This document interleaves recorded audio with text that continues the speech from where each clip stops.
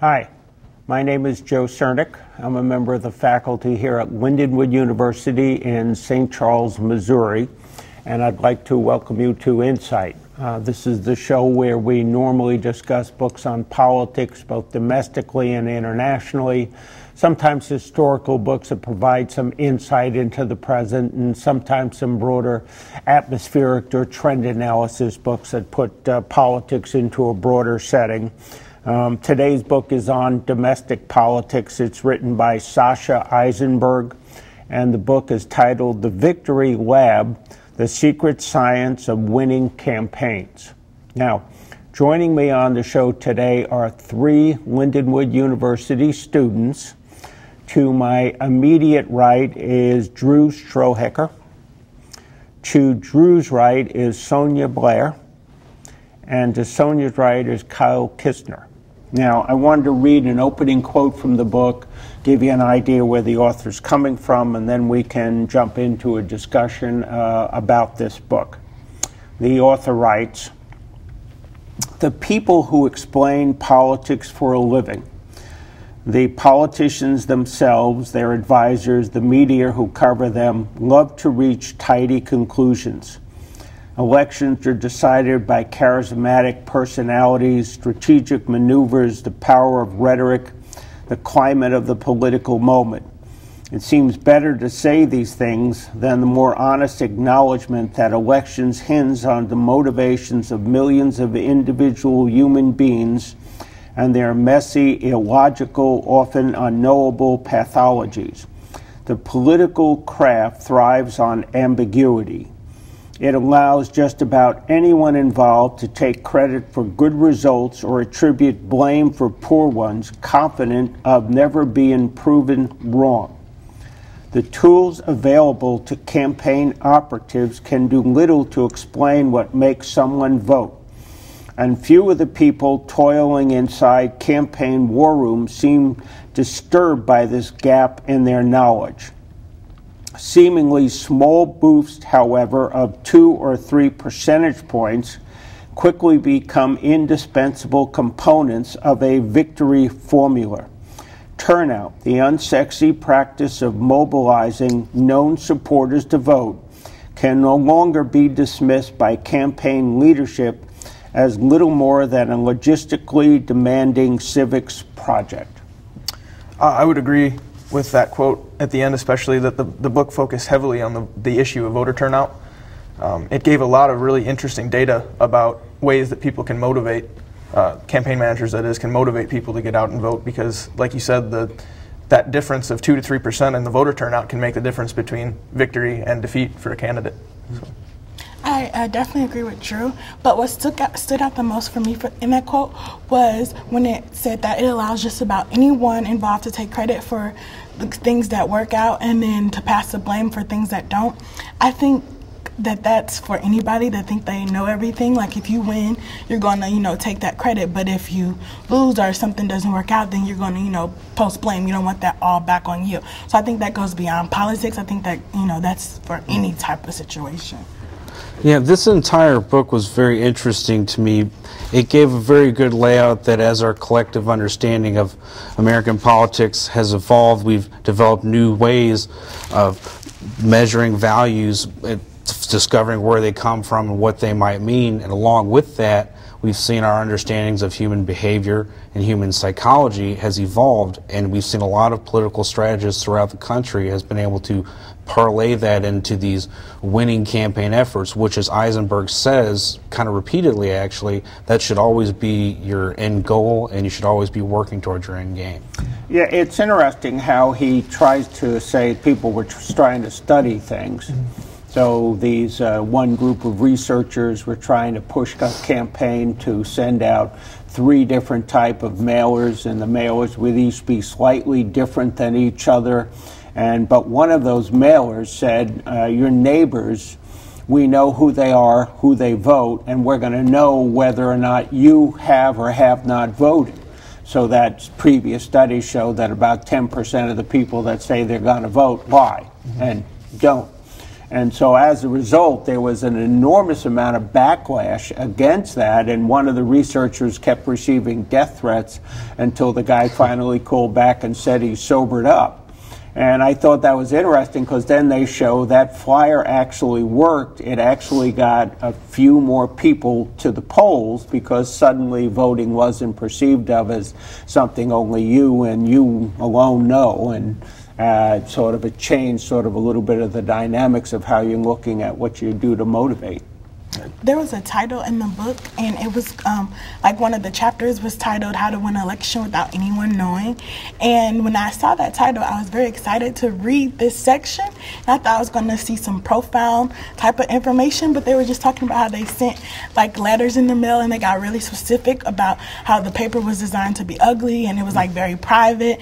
And for some reason, like them sending those letters in the mail got people like to actually vote. And I just thought that was like crazy to me. I thought, you know, I was expecting something else totally different, and then that was just what it was. It is very interesting the amount of backlash that they received. You would think that if people were that angry about being threatened to have their voting history released to their entire neighborhood, that they would be totally averse to even you know, entertain the idea of going to vote because they would be so angry about it. But the fact is that this strategy of like softly threatening the people of these neighborhoods with these mailers, it worked, and I think that's kind of a testament to human psychology, that you feel pressured to do something, even though it might make you angry. It kind of plays on your guilt, I guess. Sure, this was. I felt that this was almost a good example of kind of the laboratory of democracy concept in action, where they sent out different samplings to different areas, and they had matched these phrasings, the sternness of the wording, to different demographics metrics. And what they found was that the public shame factor ended up being a very powerful motivator. Even though a lot of these people didn't like it, understandably so, it made them, people don't like to feel uncomfortable. But Issenberg highlights that this was all done through the need of human beings to fit in and be accepted by their peers. The other thing, basically a broader theme, I think, of that breaking down to three subcategories, was a lot of the book was focused on segmentation and subgroups.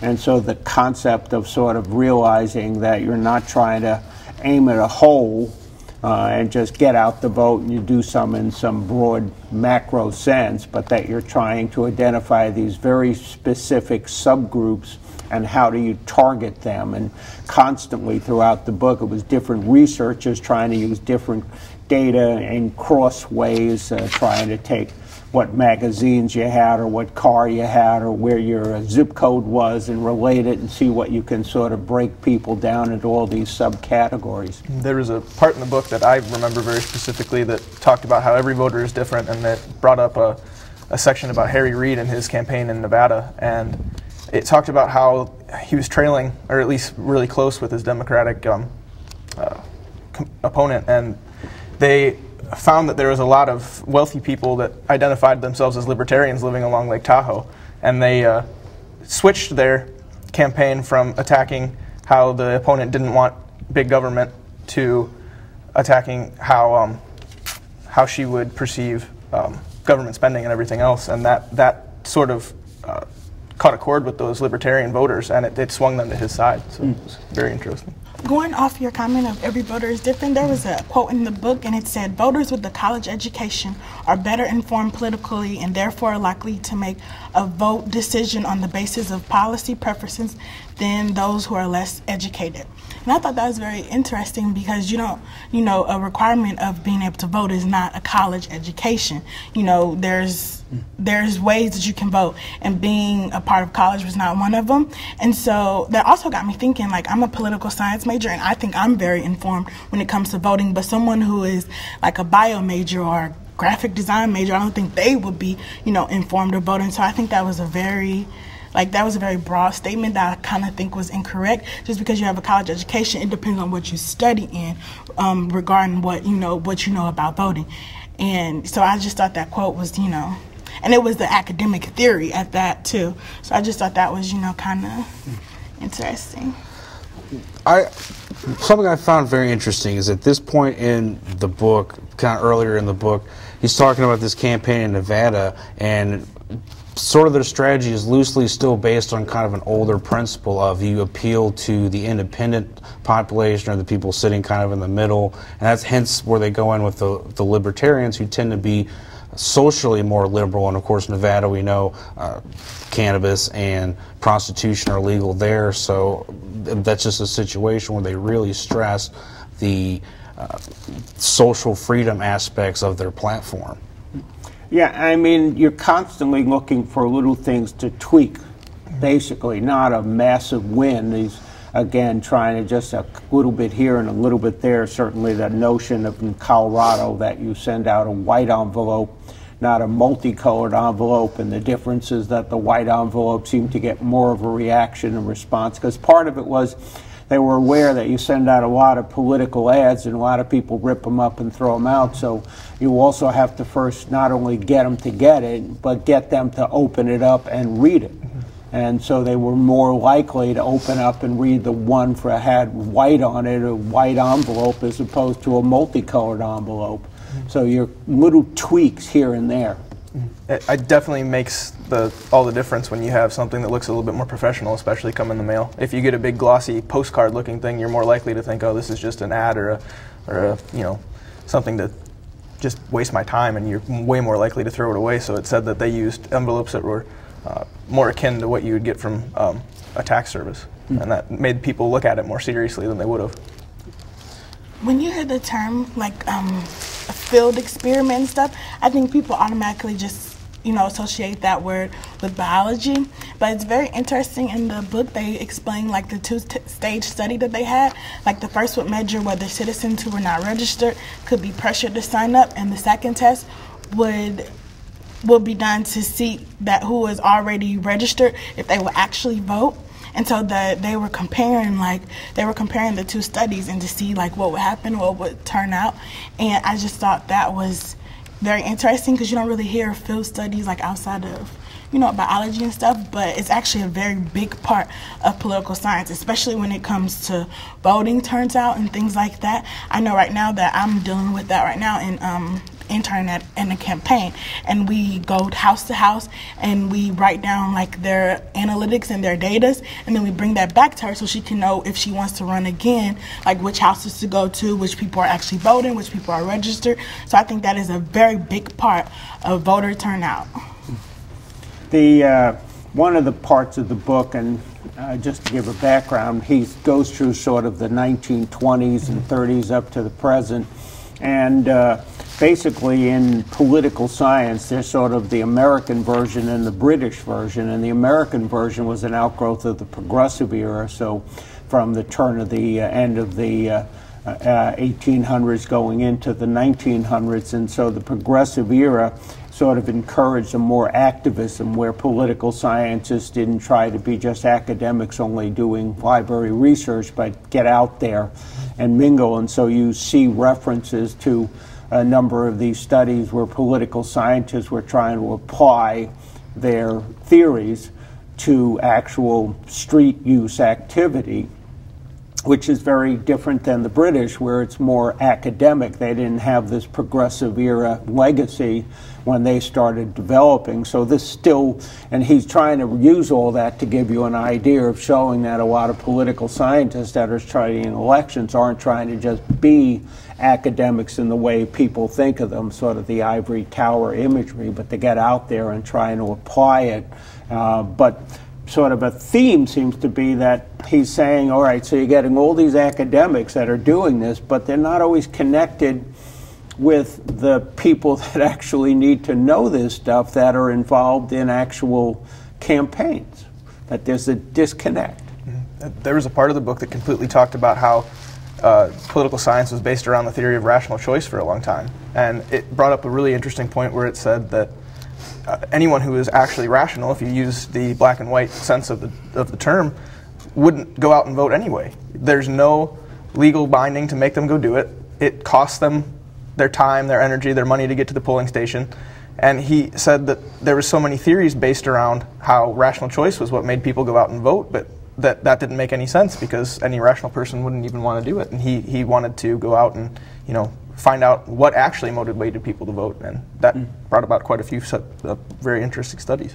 The book brought up how winning a vote was a three-step process, and they said first the voter needs to be registered, second it comes to your persuasion to get the voter to vote for you, and then third is once a person is registered and interested in voting for you, you have to convert that support into a vote and get the candidate, will get the person that's voting for the candidate down to the poll so they can vote. And so I thought that was a great way to look at it. Like, the hardest part of that three-step process, I think, is actually getting them to go vote, because you can persuade someone to vote for you or to like you, but getting them to actually go down there, like on Tuesday when it's time for people to vote, they have, you know, so many excuses, and now there's so many different ways that you can vote, but people will still get out of it. And making sure they're registered is definitely, you know, a big part of making sure, you know, someone will vote for you.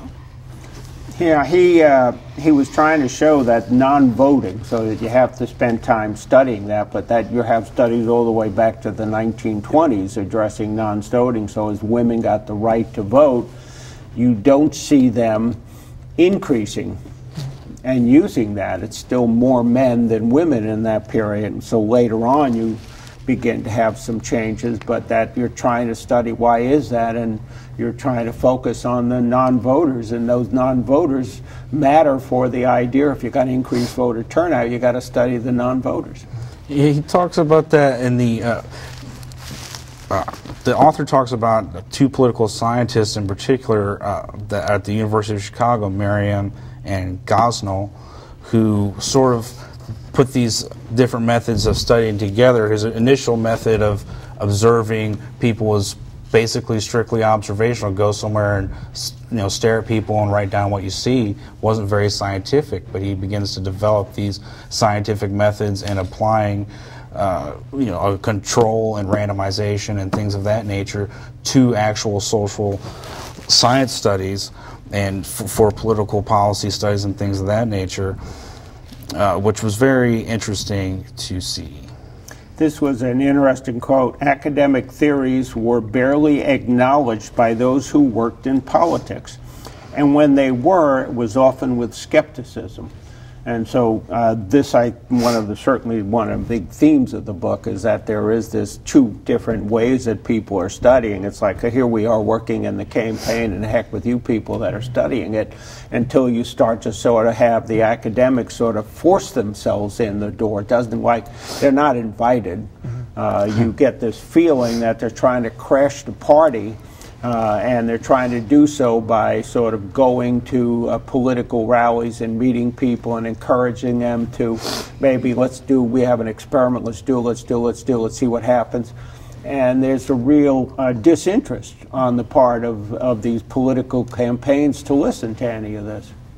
That's a major theme of the book too, is that how it's hard to get anything to change in the way that people campaign and the way they get voter turnout, because a lot of the people that work for these campaigns, they stick to what they think works, and they don't want to hear what anyone else has to say. They want to use their own practices, and they aren't really interested in going out and studying, because their way of doing things is what they think is best, and that's what they stick with. But yeah, that comes from anything. Like, if you're doing something over and over again and you're getting good results, like, why would you want to change it? So I can understand, like, people wanting to, you know, stay the same, but some, especially in, like, the world of politics, you know, emerging and changing is something that needs to be done, because people's views, you know, they change every day. People are easily persuaded, you know, their opinions change. So, you know, like, having a candidate that just stays the same is not, you know, that's not good at all. The idea of sort of how you're trying to bring academics together. So there were some academics studying the idea of Gerald Ford, and they were realizing that voters were using shortcut methods of how they sort of looked at something, and so you ended up having Ford sort of eating a tamale, and Latino voters are apparently watching the way he's eating this and then using that to evaluate why they don't like him. In other words, something that seemed to be unrelated to his policies, but that was enough to sort of have them determine that they weren't going to vote for him. And so, yeah, here was a political scientist trying to say, so there's shortcut methods, and how do we then bring that to the actual political campaign? Yeah, he goes later in the book. He talks about the Richard Nixon, George McGovern campaign, and how the campaign advisor for McGovern comes in and later on ends up working with Republicans, and he comes down to he's trying to evaluate what it was about McGovern's campaign that went bad, and he comes upon the idea that it's not just the quantifiables, it comes down to how he came to be perceived as being less competent than Richard Nixon. He had a lot of people that agreed with his ideas, but he lost the support of the people because they thought that he could never pull them off. Right. The base income for families and everything else, they agreed with him and they wanted it to happen, but they said there's no point in voting for you because you'll never get that to actually come to fruition. They were talking about Abraham Lincoln here, January of 1840, so he's a Whig, a member of the Whig Party in Illinois. And so they're saying how he's aware that you have to constantly motivate people to get out to vote. And so he had a thing here that said, it will be the duty of said subcommittee to keep constant watch on the doubtful voters and from time to time have them talked to by those to whom they have the most confidence, and also to place their hands such documents as will enlighten and influence them. And so, yeah, the concept of you're constantly having to get people to the polls and they don't necessarily want to, and you got to energize them in some way. You're seeing this sort of as part of American history. It's not something that's sort of a recent development. And it's interesting to say also that from 1840, when Lincoln decided that we should go around and hand out flyers and inform the people who might be those swing voters, or the people who aren't sure if they're going to vote because they don't know who to vote for, that technology really didn't change up until the last few decades, because everyone was so stuck in their ways, as I was saying before, that they did manage to focus on demographics a little bit in the 1900s and the 1920s, especially with the University of Chicago studies, but it really was still the same. Go door to door, hand out these information cards, find out who people are going to vote for, and that same system stayed in place until the 70s and 80s, really. There was, again, on this notion of segmentation or subgroups, there was one I liked reading, was called the Precinct Index Priority System. And so, again, he's trying to take different types of data. And in this case, what he's doing is finding sort of conservative Democrats who might switch over to vote Republican, so that as a result, you're, again, looking for small subsections of groups of people as a way of saying you're not going to motivate and get away from this sort of the whole towards breaking it down into these incredibly small pieces, and now you're going after each of these little subsections. Yeah, they came up with this system. This was very interesting to me, because this is when you get into the whole concept of the Reagan Democrats and how they came to be, and that they were using these computers. Obviously, there was the big computers that you feed the punch cards into and everything, but they came up with this whole metric of basically profiling different types of voters and what ways these voters would vote. And that actually was so successful that the American Medical Academy kind of came in with that and used that as, in a sense, their investment analogy for how they were going to donate to different political campaigns. When it comes to voting, I think people definitely vote like through their morals. Like when Professor Cernik brought up how the Mexicans were watching how the candidate was eating a tamale, and then that's how they chose to vote on him. I think that goes for like anyone. Like when it comes to voting, people like to say like is he a Baptist, is he Pentecostal, like does he take care of his children, things like that, which really don't necessarily have anything to do with like what he could do politically. But a lot of people like to look at people's personal lives and put that on a microscope, and then instead of looking at like their policies or the change they're trying to make, they'll just look at their personal life and then take that into consideration, and then like, oh, I can't vote for him because he's a Jew or something like that, something ignorant like that. So when it comes to voters, I think it's definitely important to try to get them out of morally thinking and just to just for political facts. That's the only thing that should be a concern. One of the things is that they were going through, again, that the Democrats seem to be slower than the Republicans. They were thinking about blanking. We're going after bulk voting, hence the greater reliance on things like TV and radio ad blanketing in a city or an area.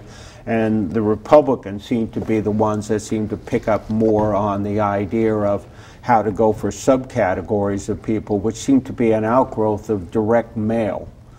So that as a result, then you were looking at these different approaches, and these matter through a series of elections.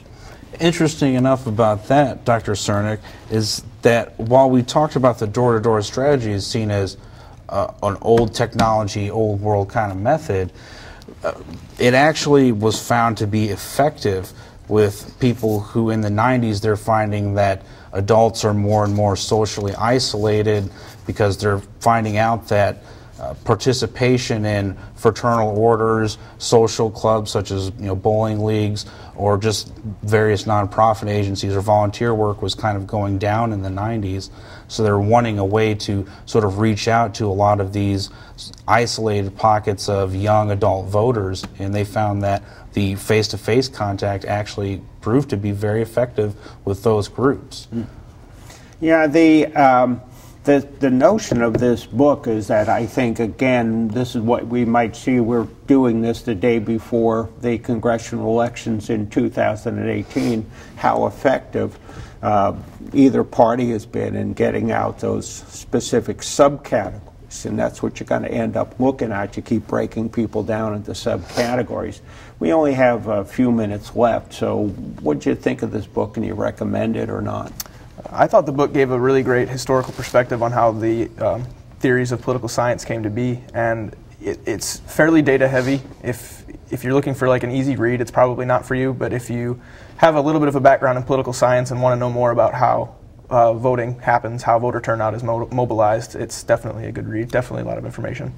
Yeah, I thought this book was very interesting. I thought it gave insight into political marketing, human decision making, and like the power of field studies and things like that. So I feel like it can go beyond, like, even if you're not into political science, I think you could get something from this book, and I would definitely recommend others to read it. Well, generally, you don't just kind of think off the cuff that when they're coming up with a scientifically sound study of social space that they would have to think of something like a control group. You just think it comes along with it, but it's interesting to see that happens. I felt the book was a little confusing at times, but definitely gives you a peek into the wide array of how we can look at politics. Yeah, I liked the book. I found it a fairly easy read, but then I've done a lot of reading on campaigns and elections. But I thought it was very insightful, particularly all the issue of focusing on subgroups and segmentation. And I think he's sort of accurate. He says a lot of the stuff gets missed by the media, that instead of focusing on these little sub things and how they matter, you're going to talk in terms of big grand designs. And he's saying, how do these little subsections matter? Because they really can. And for example, they quickly showed George Bush showing up in some section of Ohio that was a Democratic stronghold, and even Bush goes, what am I doing here? And one of his pollsters is telling, because we know that in this area there are voters you can pick off. And that helped him to win in Ohio in 2004. So a good book. Thank you for joining us today.